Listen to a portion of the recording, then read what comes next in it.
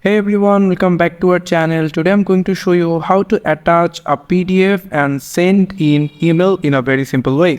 So without wasting any time, let's get started. First, you just need to come on into your Gmail and then you just need to go for Compose.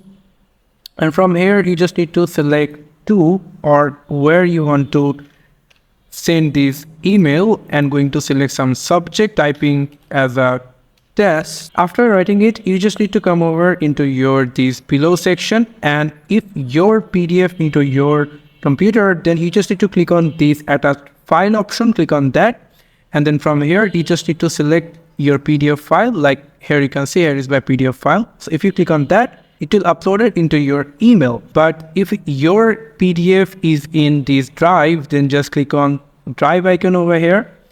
And from here, you can just select your PDF file, like I'm choosing this PDF, and it will automatically link with your email in a very simple way.